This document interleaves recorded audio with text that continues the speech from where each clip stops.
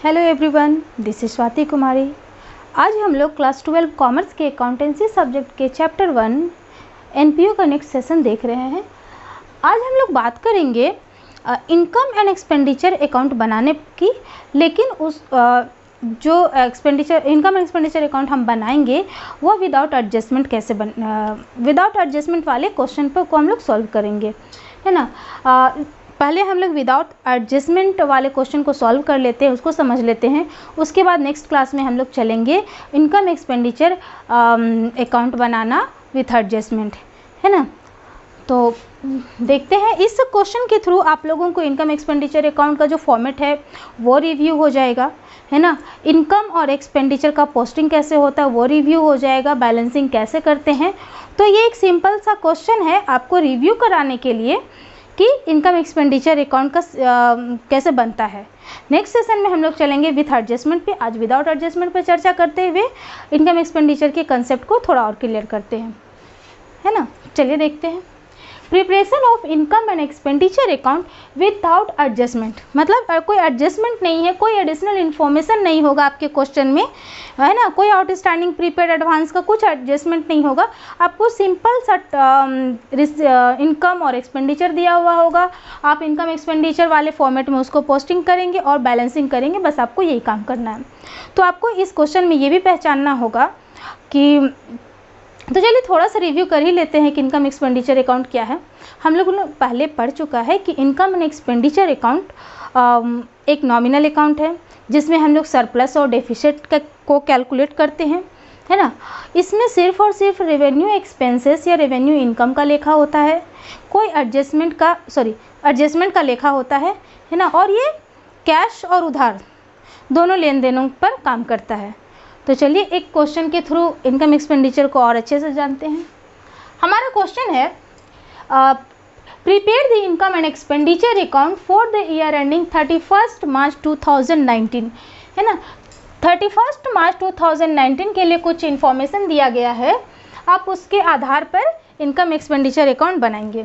क्या क्या है? Fee collected ₹4,20,000, salary paid ₹3 lakh, tournament expenses 15,000 और travelling expenses 18,000, stationery expenses 15,000, rent paid ₹12,000, postage expenses 10,000, purchase of books ₹20,000।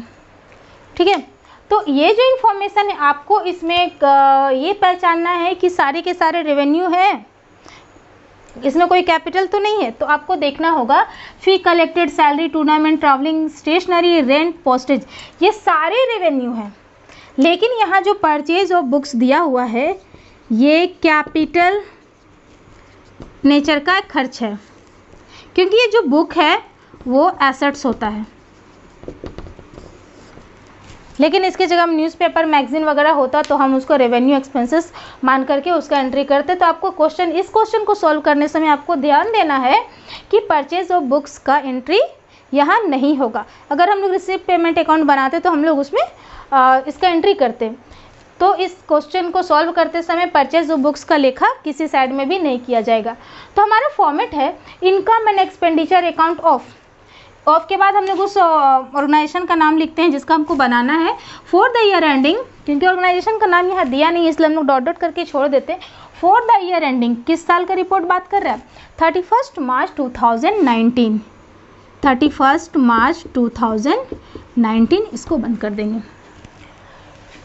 ये ध्यान दीजिएगा, इनकम एंड एक्सपेंडिचर अकाउंट हम लोग बोलते हैं इनकम एंड एक्सपेंडिचर अकाउंट, लेकिन लिखने टाइम आप ध्यान दीजिएगा कि डेबिट साइड में एक्सपेंडिचर होता है और क्रेडिट साइड में इनकम होता है। अब हम लोग इनकम और एक्सपेंडिचर का पोस्टिंग करते चलते हैं, क्योंकि हम लोग तो जानते हैं कि इनकम और एक्सपेंडिचर की शुरुआत ही रेवेन्यू इनकम या रेवेन्यू एक्सपेंडिचर से होती है ना। जैसे रिसीट पेमेंट अकाउंट की शुरुआत कैश और बैंक के ओपनिंग बैलेंस होती थी, उसी तरह इसका शुरुआत एक्सपेंडिचर या इनकम से होता है। तो यहाँ पहला इंफॉर्मेशन है फी कलेक्टेड, फी कलेक्ट हुआ। फी कलेक्ट किसी भी ऑर्गेनाइजेशन अगर फी कलेक्ट करता है तो वह उसके लिए क्या होगा? इनकम होगा। तो हम लोग इसको इनकम साइड में शो करेंगे, फी कलेक्टेड 4,20,000। बाय फी कलेक्टेड 4,22,000। इनकम साइड में हो गया। नेक्स्ट है सैलरी पेड। सैलरी पेड है, पेड वर्ड से भी आपको पता चल रहा है, और ऑर्गेनाइजेशन के लिए सैलरी ऐसे भी खर्च होता है, ठीक है। तो यहाँ हम लिखेंगे सैलरी, खर्च साइड में salary paid rupees 3 lakh.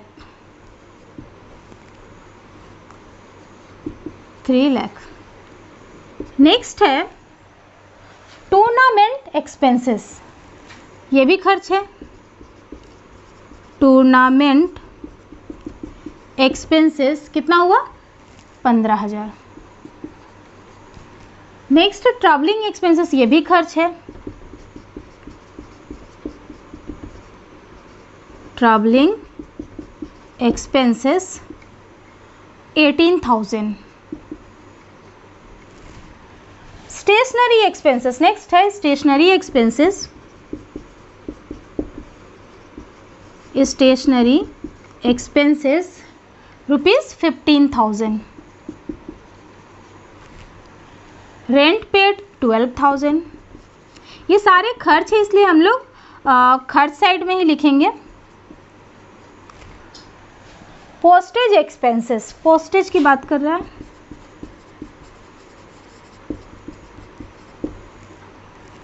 $10,000। Postage expenses 10,000। तो इस तरह जो खर्च का था, हम लोगों ने खर्च साइड में, एक्सपेंडिचर साइड में पोस्टिंग कर दिया, और इनकम में हमारा एक ही आइटम इंफॉर्मेशन या क्वेश्चन में है, हम लोग इनकम साइड में पोस्टिंग कर दें। परचेज ऑफ बुक्स तो लिखना नहीं है क्योंकि कैपिटल नेचर का है। रेवेन्यू एक्सपेंडिचर सिर्फ, सॉरी, इनकम एक्सपेंडिचर अकाउंट सिर्फ रेवेन्यू, इनकम और एक्सपेंडिचर का लेखा करता है, इसलिए परचेज ऑफ बुक्स ना एक्सपेंडिचर साइड में जाएगा ना इनकम साइड में जाएगा। अब हम लोग बैलेंसिंग करते हैं कि एक्सपेंडिचर कितना हुआ और इनकम कितना हुआ। बैलेंसिंग करने का नियम है, हम लोग डेबिट साइड और क्रेडिट साइड दोनों का टोटल करते हैं, है ना, और जिसका टोटल बड़ा होता है उसको दोनों साइड में लिखते हैं। तो यहाँ आप टोटल करेंगे तो यहाँ पे आ रहा है 3,70,000।